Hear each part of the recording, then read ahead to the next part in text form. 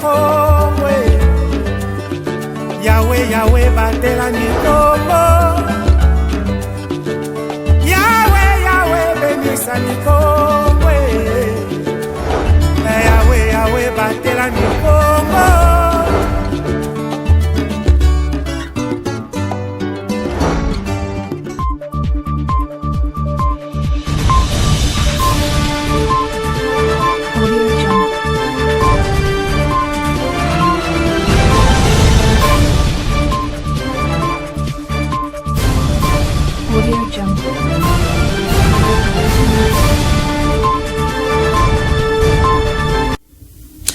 C'est l'heure de vous informer, messieurs et dames. J'ai le réel plaisir de vous présenter cette édition du journal réalisée par Christian Timba et Gomez Tamba.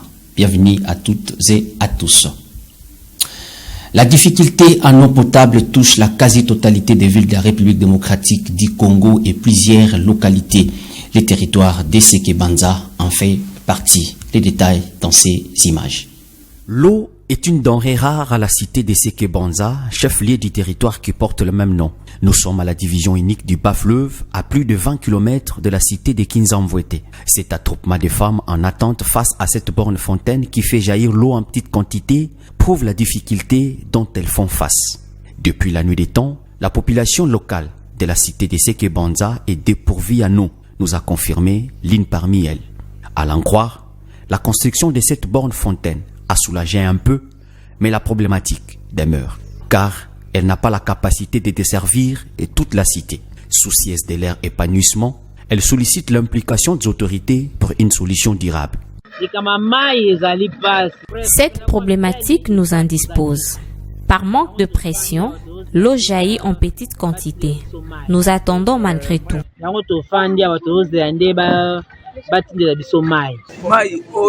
Cette borne fontaine qu'on nous a construite ici n'arrive pas à desservir toute la cité de Eseke-Banza. Nous demandons au gouvernement provincial de nous venir en aide.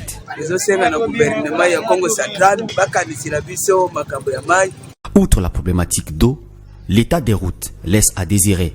Celle qui va de Kinzamvouete jusque-là est dans un état de dégradation, a dit un motocycliste trouvé sur place.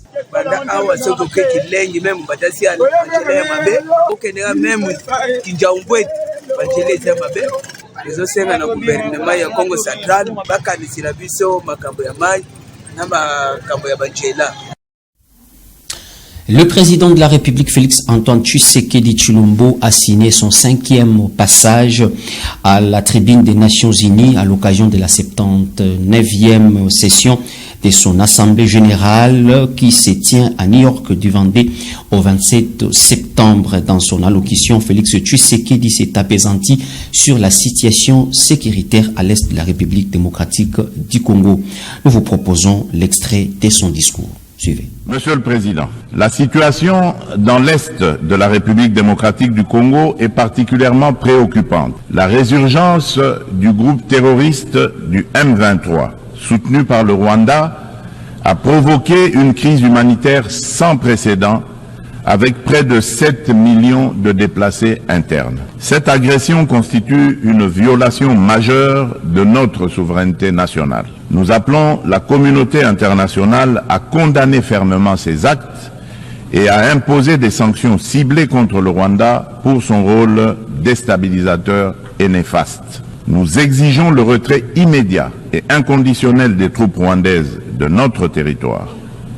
Bien que les récentes initiatives diplomatiques telles que les pourparlers de Luanda soient encourageantes, elles ne doivent aucunement occulter l'urgence de cette action essentielle. La République démocratique du Congo s'engage activement à établir une paix durable dans l'est du pays et à promouvoir le développement économique ainsi que le bien-être social des communautés meurtries par ce conflit armé. Elle ne ferme cependant pas la porte à toute opportunité qui l'amènera à cette paix, tout en n'aliénant pas sa souveraineté, encore moins son intégrité territoriale. Dans cette optique, elle est résolument engagée dans la mise en œuvre de la feuille de route adoptée dans le cadre du processus de Luanda, que je soutiens fermement, qui promeut un dialogue de haut niveau visant à restaurer la confiance entre la République démocratique du Congo et le Rwanda, tout en minimisant le risque que la crise sécuritaire actuelle ne dégénère en conflit régional. En outre, mon pays demeure ouvert à toute autre initiative de nos partenaires qui concourrait à l'atteinte de cet objectif noble de paix. L'opposition de la République démocratique du Congo exige la libération de cette Kikuni Jean-Marc Kabound Akabound et plusieurs taciques de l'opposition. Il a donc organisé une marche pacifique le mercredi 25 septembre 2024 dans la ville-province de Kinshasa. Suivez. Elles sont mobilisées pour la cause de leurs leaders et cadres des partis politiques de l'opposition emprisonnés. Unis dans une synergie, plusieurs forces politiques et sociales de l'opposition ont pris d'assaut les grandes artères de la ville-province de Kinshasa le mercredi 25 septembre 2024. Elles protestent contre l'arrestation et la condamnation de plusieurs caciques de l'opposition, notamment Jean-Marc Kabound Akabound, Mike Mukebai, Seth Kikuni et autres. Ces opposants ont débuté leur marche à la place des évolués pour chiter au palais de la justice où ils ont organisé un sit-in. Ils exigent l'implication du ministre de la Justice Constant Mutamba pour la libération de ceux qu'ils qualifient de prisonniers politiques du régime de Félix Tshisekedi. Nous sommes ici pour exiger la liberté de tous ces hommes-là politiques qui ont été incarcérés injustement en violation des droits de l'homme. Voilà pourquoi nous nous sommes mobilisés aujourd'hui et nous lançons un appel à la population congolaise de faire pareil.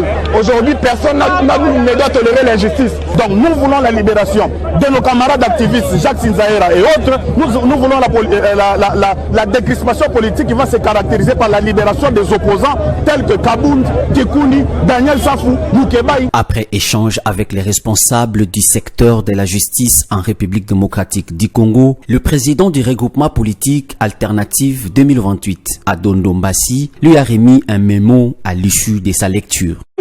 Inhumain ou dégradant ratifié par la RDC le 18 mars 1996. 2. Dans cette entreprise attentatoire aux principes démocratiques, votre gouvernement semble avoir levé l'option de museler toutes les voix dissidentes et d'étouffer tout élan démocratique en procédant aux enlèvements, arrestations et détentions arbitraires des opposants politiques, des activistes de la société civile, ainsi que des citoyens qui s'opposent à votre gouvernance. De son côté, Constant Mutamba leur a rassuré son expertise dans cette affaire. Dans la page sportive éliminatoire CAN 2025, publication de la liste des léopards de la RDC sélectionnés pour la double confrontation avec la Tanzanie les 10 octobre 2024 à Kinshasa et 5 jours après au stade Benjamin Adresse Salam. Claudino Lucano.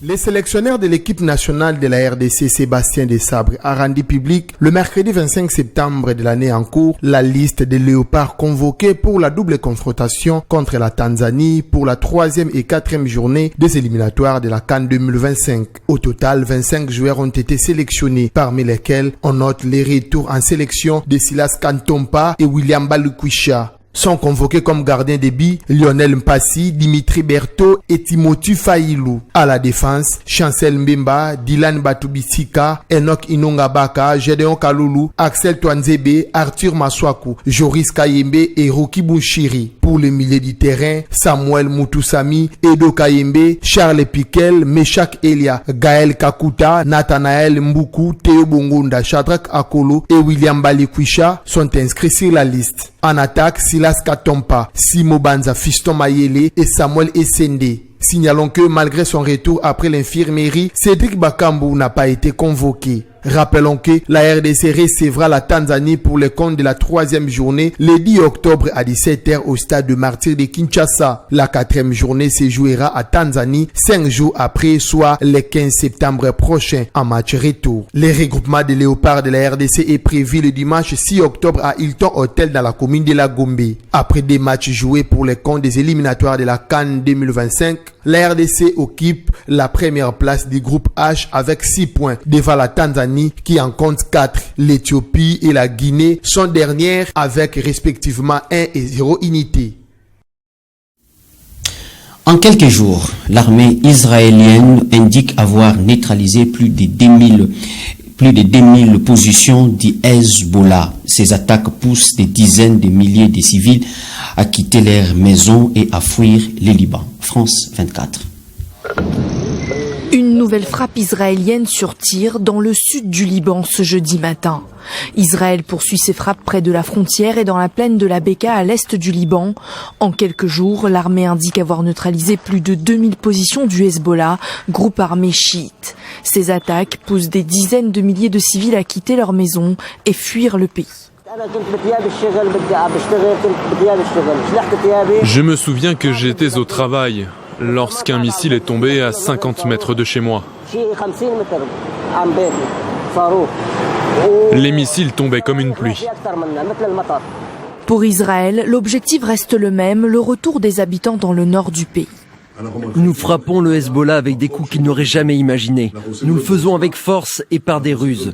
Je vous promets une chose, nous ne nous arrêterons pas tant que les habitants du nord n'auront pas regagné leur foyer. De son côté, le Hezbollah n'a pas dit son dernier mot. Mercredi, un missile balistique a visé Tel Aviv et des dizaines de roquettes se sont abattues dans le nord d'Israël. Cette nuit, Benyamin Netanyahou, qui menace toujours d'une incursion terrestre, a décollé d'Israël pour rejoindre l'Assemblée générale des Nations unies. Le Premier ministre a rejeté la trêve demandée, notamment par les États-Unis et la France, qui pressent pour un cessez-le-feu.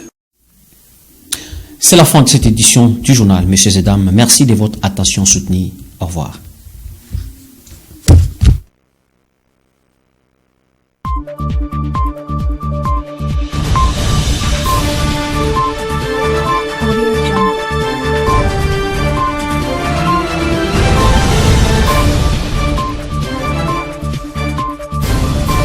Audio Jungle.